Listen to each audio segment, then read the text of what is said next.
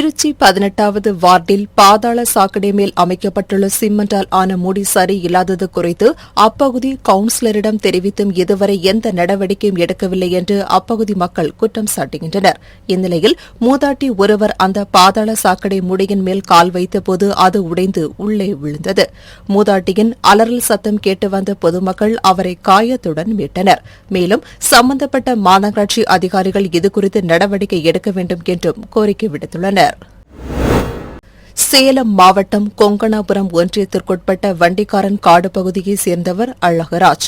Petrol bunk ஊழியரான இவர் தனது தாய், மனைவி மற்றும் குழந்தைகளுடன் கூரை வீட்டில் வசித்து வருகிறார்.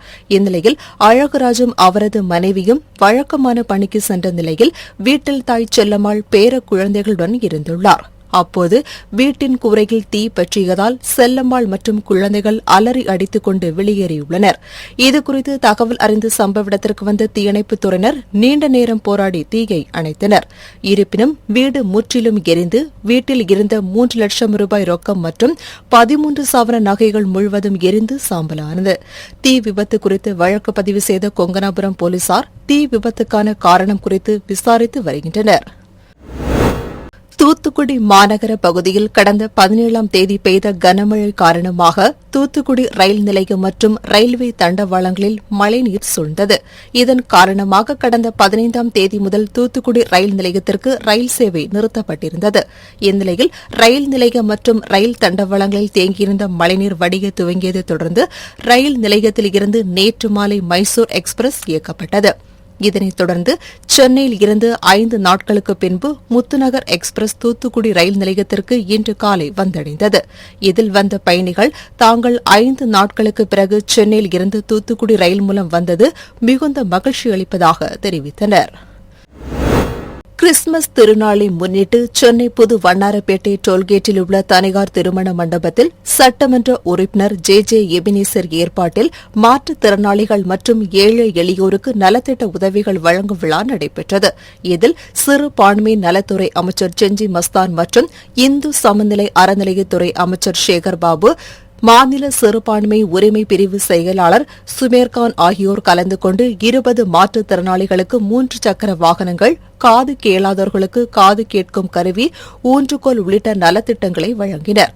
இதனைத் தொடர்ந்து பேசிய அமைச்சர் சேகர்பாபு, பாஜக ஆளுகின்ற மாநிலங்களில் சமூக நல்லிணக்க விழாக்கள் இல்லை என்றும் மதங்களால் மனிதனை பிரித்து ஒன்றியத்தில் ஆண்டு கொண்டாடுகிறது பாஜக என்றும் குற்றம் சாட்டினார். ஆயுத பூஜை திருவிழாவையும் கொண்டாடுகின்றோம், விஜயதசமியையும் கொண்டாடுகின்றோம். ஏன் நாளை மறுநாள் நடைபெறவிருக்கின்ற வைகுண்ட ஏகாதசியும் கொண்டாடுகின்றோம்.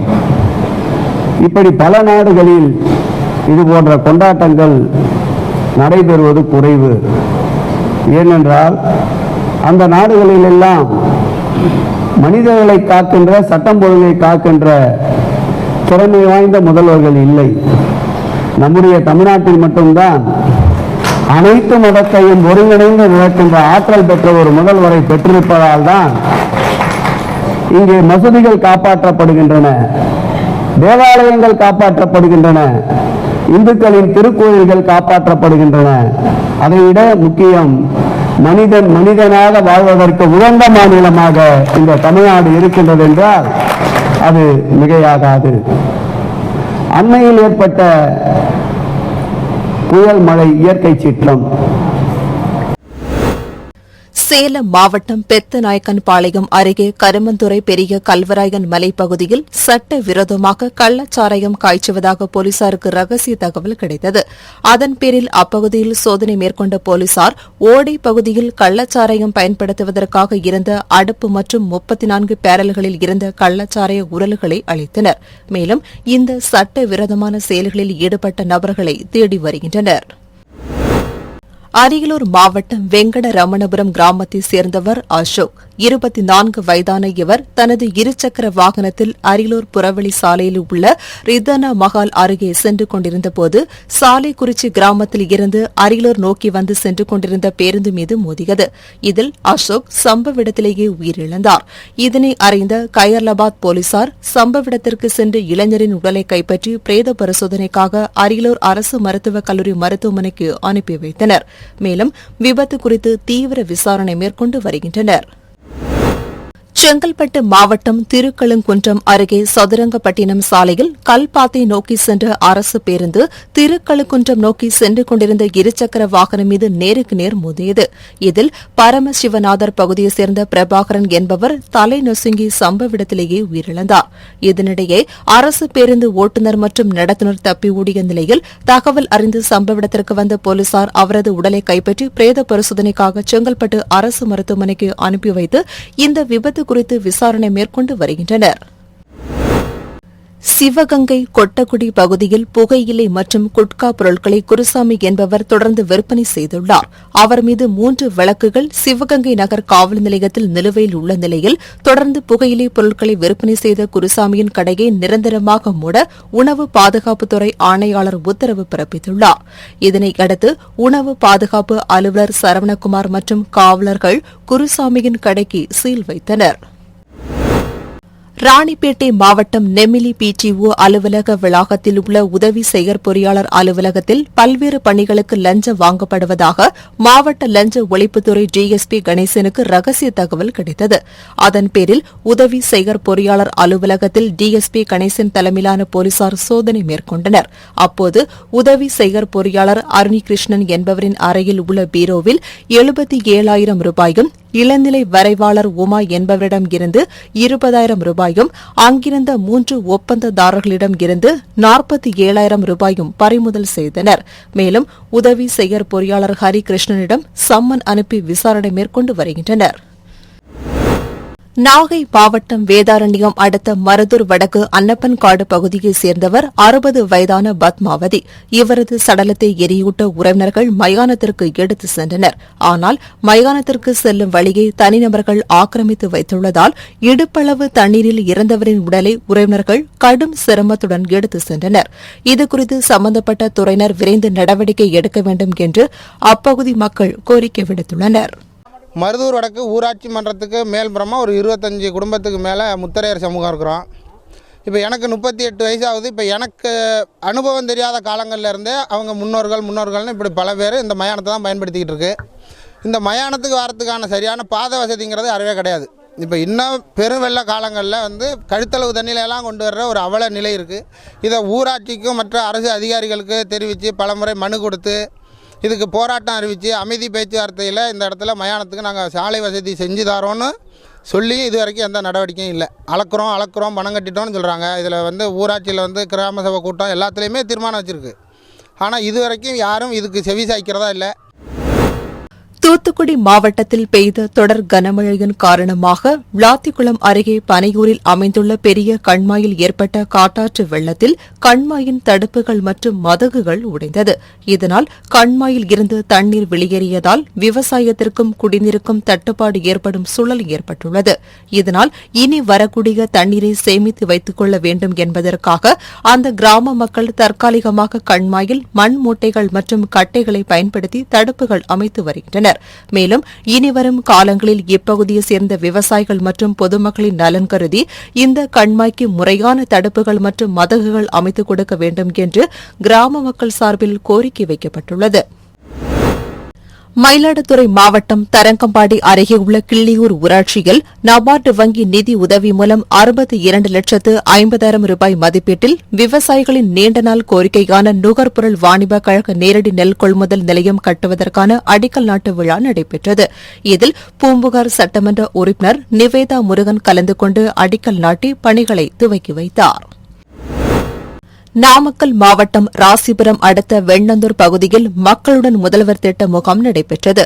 இதில் மாவட்ட ஆட்சியர் உமா கலந்து கொண்டு மக்களிடம் கோரிக்கை மனுக்களை பெற்றதுடன் மனுக்களை பதிவு செய்யும் சிறப்பு முகாமினை பார்வையிட்டு பதிவு செய்ய வந்த மக்களிடம் கோரிக்கைகள் குறித்து விவரங்களை கேட்டறிந்தார்.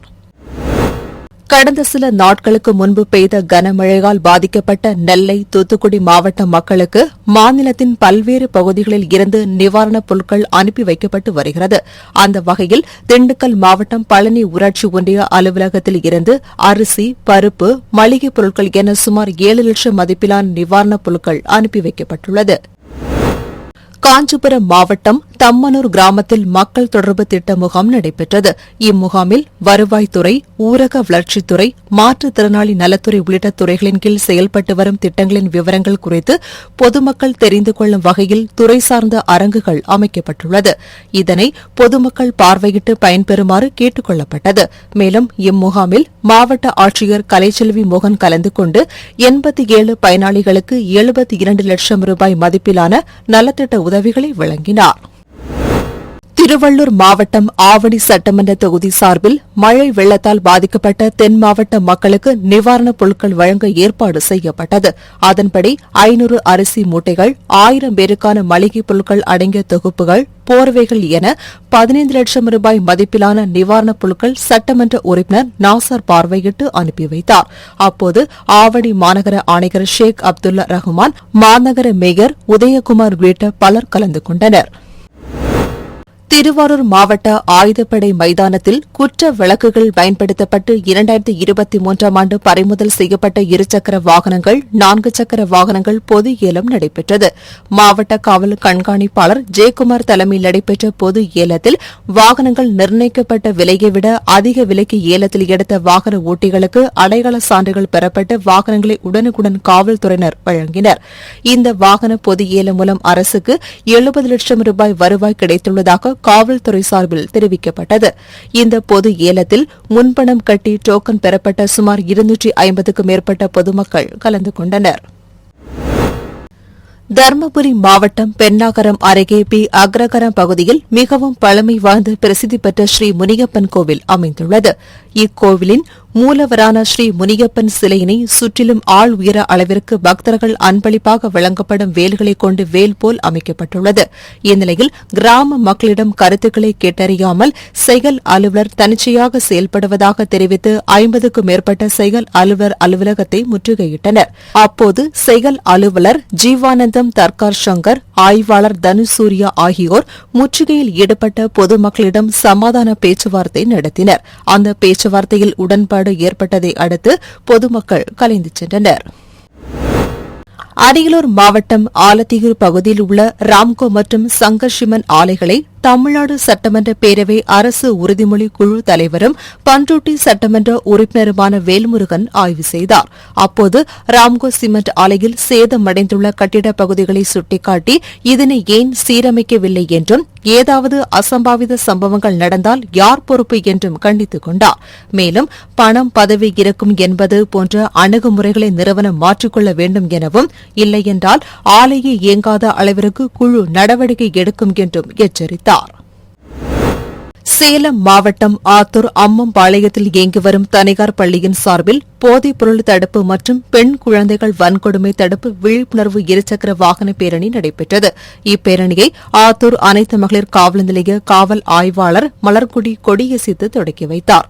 இதில் 50க்கும் மேற்பட்ட பெண்கள் கலந்து கொண்டு பொதுமக்களுக்கு விழிப்புணர்வு ஏற்படுத்தும் நோக்கில் பதாகைகளை ஏந்தியபடி பேரணியாக சென்றனர்.